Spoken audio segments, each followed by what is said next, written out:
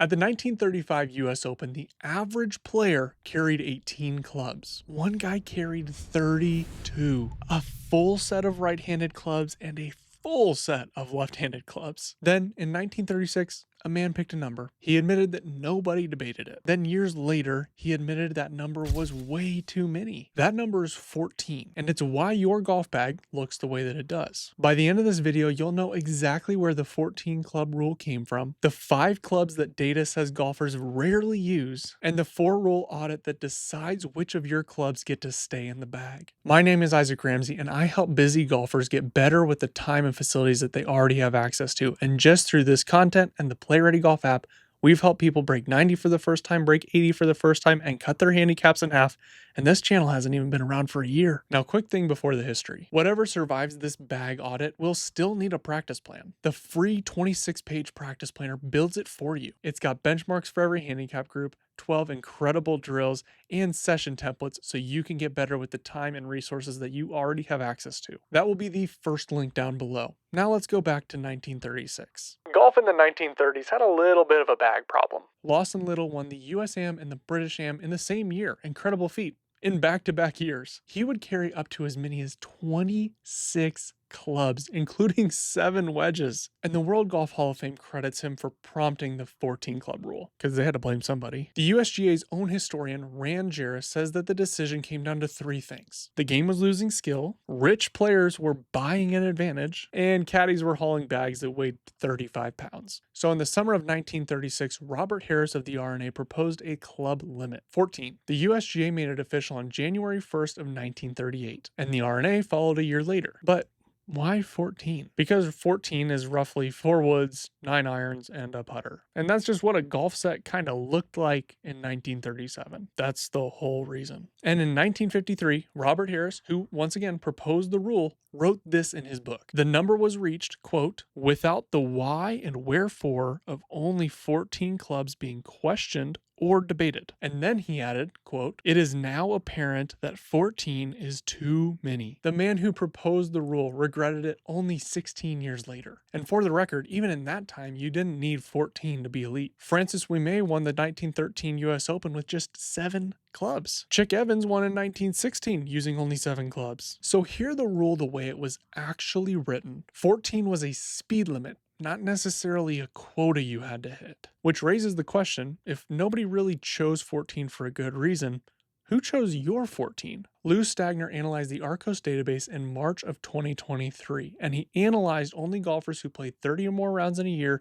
carrying exactly 14 clubs. So these are committed golfers tracking every stat who probably have thought through their golf bag very thoroughly if they're playing this much. 13% carried a club they used less than once every 10 rounds, and 10% carried a club they would use less than once in 20 rounds. If they were playing 100 rounds per year, they would be using that club in less than 4 rounds per year. That's just a wasted slot in the bag. And this held at every single handicap level. This is not just a high handicapper or a low handicapper problem. So what are the most abandoned clubs in order? 4 iron is first, then 3 wood. Those probably aren't that surprising. Then it's 3 hybrid, 4 hybrid, 5 iron. You're probably sensing a theme with where those clubs are bunched. So be honest with yourself. Are you carrying those clubs because you need them and you use them often? Or are you carrying them just because you kind of have to, or it'd be weird if you didn't. Now, why is no one hitting these clubs? 2 reasons. The first is loft creep. For example, a modern 7-iron is about 8 degrees stronger than a 7-iron from 90 years ago. Now, if you want to hear my full thoughts on this, just go listen to the Play Ready Golf podcast that Hayden and I did on it. I get a little bit heated, so I'll save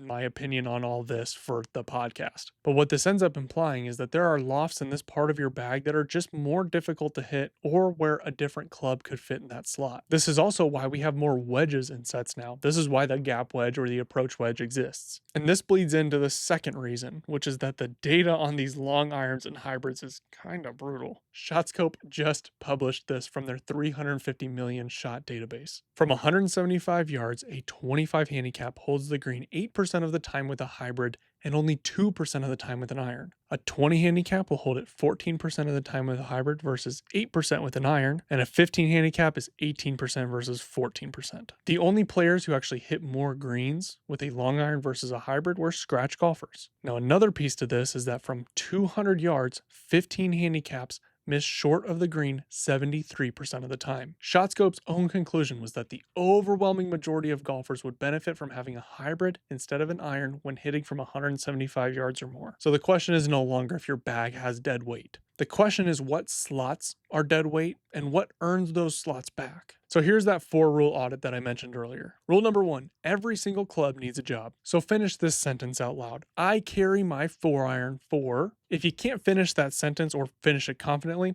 the slot's now open. This rule is going to disqualify probably a few more clubs than you'd like to admit. Rule number 2, 2 clubs cannot share a job. So you've gone through the list. You've assigned a job to every single club.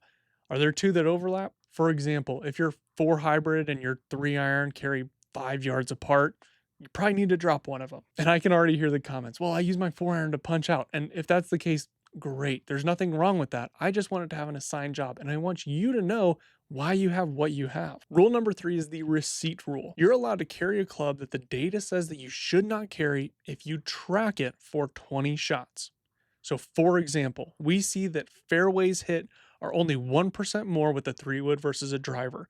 So if you're keeping your 3-wood in your bag as the I want to hit more fairways club, then track how many fairways you're hitting with it compared to your driver. And if it is significantly more than 1%, keep it in the bag. And the Play Ready Golf app is a great referee here. It's going to keep all your data with just less than 30 seconds a hole, and then it'll turn that data into a real practice plan that allows you to get better over time with the time and facilities that you already have access to. If that sounds interesting, your first 7 days are free, and you can use code Isaak, ISAAK, to get $20 off every single year for life. That's the second link down below. Rule number 4 is to replace, not just remove. Having less clubs in the bag isn't necessarily the goal. The goal is for you to have as many shots and yardages in the bag with as little effort as possible. If you go back to Dustin Johnson's heyday, he had pitching wedge 52 degree and I want to say 60 degree in the bag, but then you also see other guys on the PGA Tour with 5 or 6 wedges in the bag. So clearly neither one of those approaches is the right approach because they're all playing on the PGA Tour. So find the right approach for your game. Once again, you're only going to be able to figure this out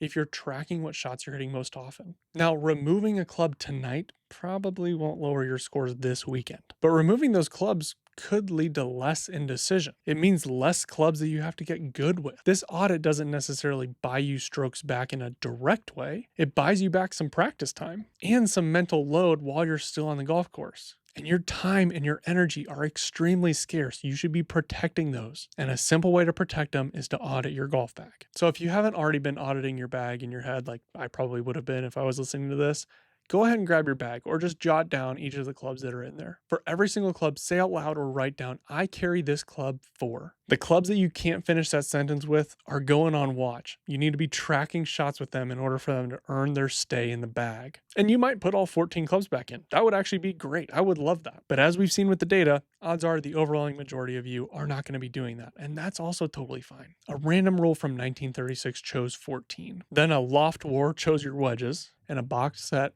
chose the rest. The only thing left to choose is which ones stay. The free practice planner is the first link. The app that keeps the receipts is the second. Now, 13 clubs are pretty negotiable, but the putter really isn't. You kind of got to have it. And it turns out there are only 2 putts really worth practicing. That video is right here.